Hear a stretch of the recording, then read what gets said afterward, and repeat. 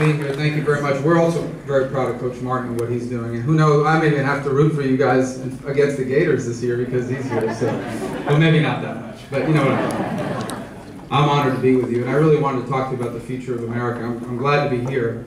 And actually, I'm glad I'm talking to you because the future of America will largely depend on what we do now, but what you do later. In fact, what you're doing already. So let me just start out by telling you why I decided to run for president. I decided to run for president because I think I want this country to still be a place where people can do for their children what my parents did for me. What is it that my parents did for me? Well, my parents came here in 1956 to the United States. And they didn't have much of an education. My dad stopped going to school when he was 9, and I'll tell you later why. And my mother came from a poor family as well. And they came to America because it was the only country in the world where people like them could have a chance to get ahead. So when they came here, my parents never became rich or famous. You'll never read about it in a magazine unless I had run for office. They were never well known. They were never rich. My dad worked primarily as a bartender at hotels. My mother built aluminum chairs at a factory. She was a stock clerk at Kmart. She was a cashier. She was a maid at a hotel in Las Vegas. What's amazing to me is that despite the fact they never made a lot of money, they achieved happiness. My parents, with those jobs I just described to you, they were able to own a home in a safe and stable neighborhood. They were able to raise 4 children. They were able to retire with dignity. And they were able to leave all 4 of us with a chance at a life even better than their own. Now, you know what people call that? They call it the American dream. But here's the truth. That is a hope of people everywhere, all over the world. All over the world, people want to achieve that too. They call it the American dream because it's happened for so many people in this country, and it's been so rare everywhere else.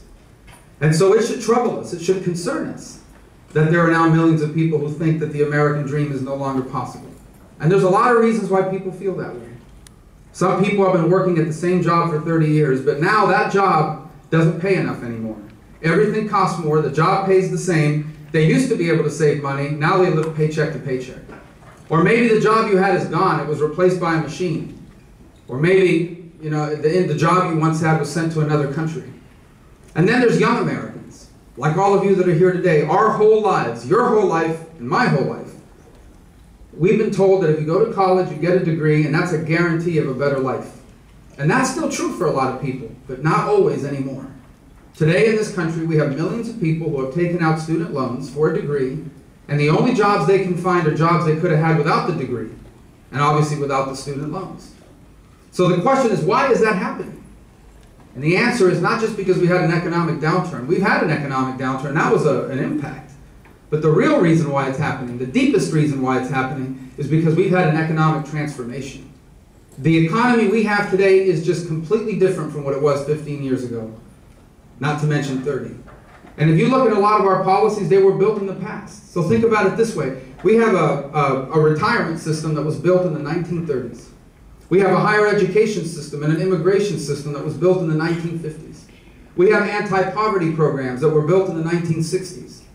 They just don't work like they once did because the world is different. And what do I mean by different? Well, think about it this way. One of the largest retailers in the world is Amazon. And they don't own stores. One of the largest transportation companies in America is Uber. They don't own cars. One of the largest hospitality companies is called Airbnb. You know about it.